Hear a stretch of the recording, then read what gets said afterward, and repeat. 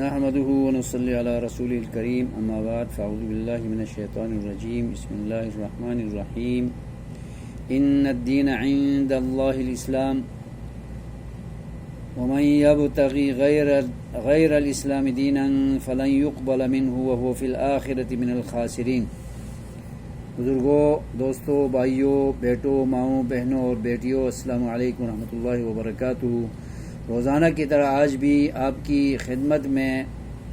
اسلامی ویڈیو لے کر حاضر ہوا ہوں۔ خواتین و حضرات، اللہ تبارک و تعالی نے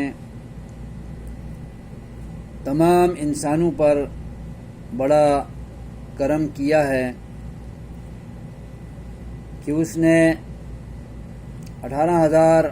قسم کی مخلوقات پیدا کر کے ان سب میں بنی نوع انسان کو، آدم کو اور آدم کی اولاد کو سب سے اشرف، معزز، محترم، خوش شکل، خوش سیرت مخلوق بنایا ہے۔ اسے عقل و دانش دے کر اور زبان میں قوت گویائی دے کر بڑا کرم کیا ہے، اور صرف پیدا ہی نہیں کیا بلکہ تخلیق کر کے انسانوں کی رہبری، رہنمائی، تعلیم و تربیت اور اخلاقی سدھار کا بندوبست کرتے ہوئے اللہ تبارک و تعالی نے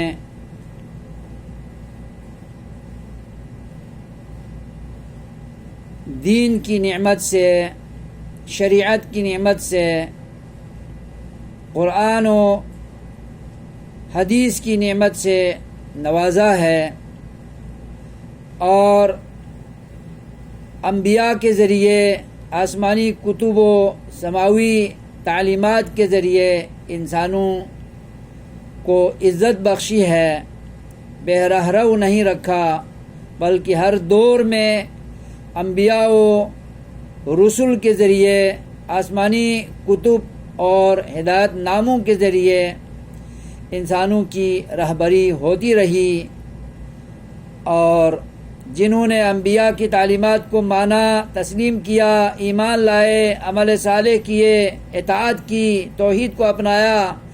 شرک سے اکثر بچے رہے، وہ سرخرو ہوئے، سعادت مند ہوئے، خوش نصیب ہوئے، اور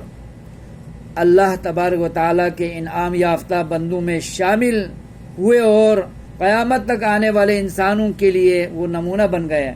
اور جنہوں نے روگردانی کی اور بغاوت کی، سرکشی کی، کفر اختیار کیا، شرک کو اپنایا اور اللہ کی نافرمانیوں میں آگے بڑھتے ہوئے چلے گئے اور فساد انگیزی میں تیز رفتار ہو گئے اور انبیاء و رسول کو نہیں مانا، شریعتوں کو ٹھکرا دیا، تو اللہ تبارک و تعالیٰ نے ہر دور میں ان لوگوں کو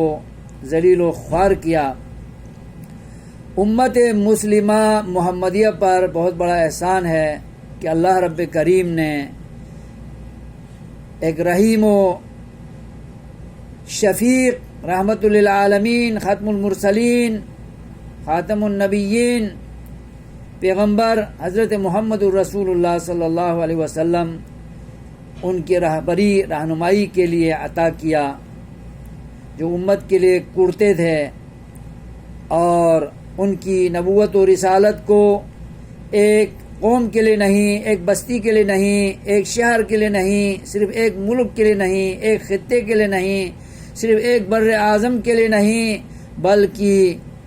پوری انسانیت کے لیے، قیامت تک آنے والے بنی نوع انسان کے لیے اور جنات کے لیے پیغمبر بنایا،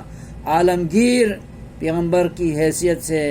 آپ صلی اللہ علیہ وسلم کو مبعوث فرمایا، اور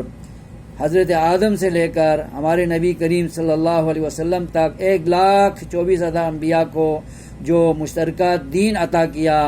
اس دین کا مشترکہ نام اسلام رہا ہے، اور اسلام ہی اللہ کی نظر میں، اللہ کی نگاہ میں قابل قبول، قابل رفتار، قابل اطاعت اور قابل تابعداری دین ہے۔ اسی کے سایہ تلے چلنے سے عبادتیں قبول ہوں گی، دنیا اور آخرت میں سرخروئی ہوگی۔ وَمَن يَبْتَغِ غَيْرَ الْإِسْلَامِ دِينًا، جو اسلام کے علاوہ کسی اور دین کا متلاشی ہو جائے، ڈھونڈے اور اختیار کرے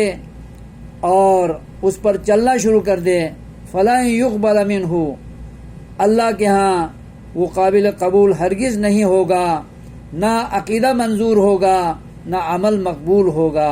اور نہ دنیا میں سرخروئی ملے گی اور نہ آخرت میں نجات سے سرفراز ہوگا،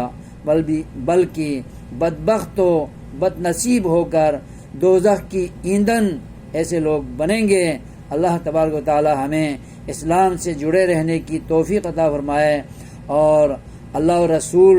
کی تابعداری کرتے ہوئے توحید کو اپنانے والے اور شرک سے بچنے والے بنائے۔ تو اسلام جہاں بہترین قابل اطاعت دین ہے، وہاں یہ سماجی دین بھی ہے، تجارتی تعلیمات اس کی تعلیمات میں شامل ہیں، اور زندگی کے ہر گوشے سے متعلق اللہ تبارک و تعالیٰ نے اس دین میں رہنمائیاں رکھی ہیں، اور خیر الادیان اس دین کو لقب اور وصف حاصل ہے، اور اسی لیے ان الدین عند اللہ الاسلام، اللہ نے فرمایا ہے کہ تمام ادیان سے قابل قبول دین اللہ کے ہاں آدم سے لے کر ہمارے نبی کریم صلی اللہ علیہ وسلم کی امت تک، قیامت کی صبح تک قابل رفتار، قابل اطاعت اور قابل اجر و ثواب دین اگر ہے تو وہ اسلام ہے، نہ یہودیت ہے، نہ نصرانیت ہے، نہ دہریت ہے، نہ ہندو مت ہے، نہ کوئی اور مذہب ہے۔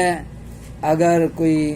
دین اللہ کے ہاں قابل قبول ہے تو وہ دین اسلام ہے، اس میں زندگی کے ہر شعبے سے متعلق رہنمائی موجود ہے، اور لوگ اس سے آگاہ